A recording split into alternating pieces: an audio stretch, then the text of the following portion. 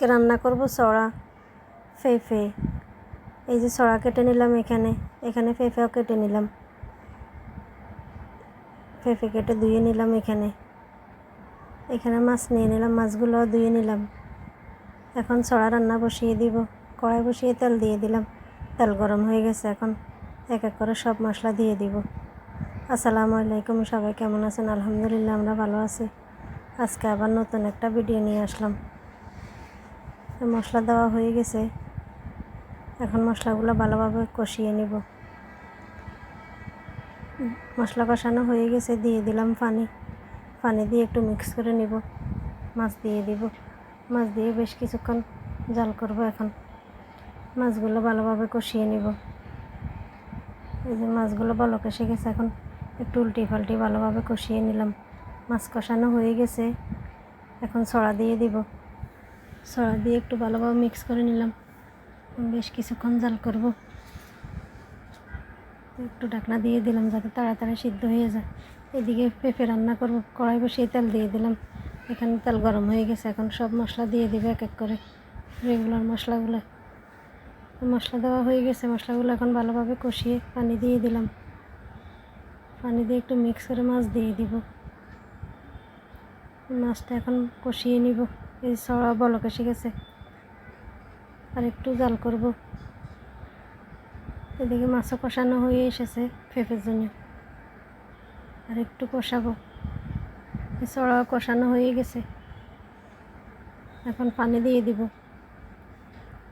বেশ খানিকটাই পানি দিলাম, একটু ঝোল ঝোল করে রান্না করব। এদিকে পেঁপের জন্য মাছ কষানো হয়ে গেছে, এখন পেঁপে দিয়ে দিলাম ডাল। এভাবে পেঁপে দিয়ে ডাল দিয়ে রান্না করলে অনেক মজা লাগে খেতে। এই পেঁপেটাও এখন ভালোভাবে কষাবো, বেশ কিছুক্ষণ জাল করব।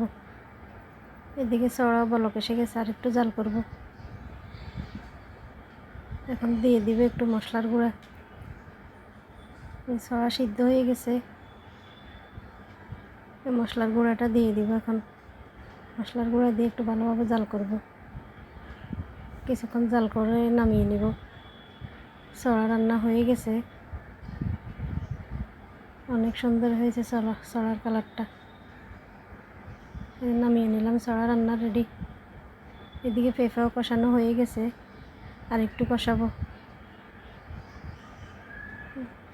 পেঁপে ডাল একসাথে সিদ্ধ হয়ে গেছে, পানি দিয়ে দিব, অল্প করে পানি দিব। যেহেতু পেঁপে সিদ্ধ হয়ে গেছে, পানি বেশি দেওয়া লাগবে না। পানি দিয়ে একটু মশলার গুঁড়ি দিয়ে দিলাম। এখন বেশ কিছুক্ষণ জাল করব। এদিকে ভাত বসিয়ে দিলাম। পেঁপেও হয়ে এসেছে, আর একটু জাল করে নামিয়ে নেব। অনেক সুন্দর হয়েছে পেঁপের কালারটা।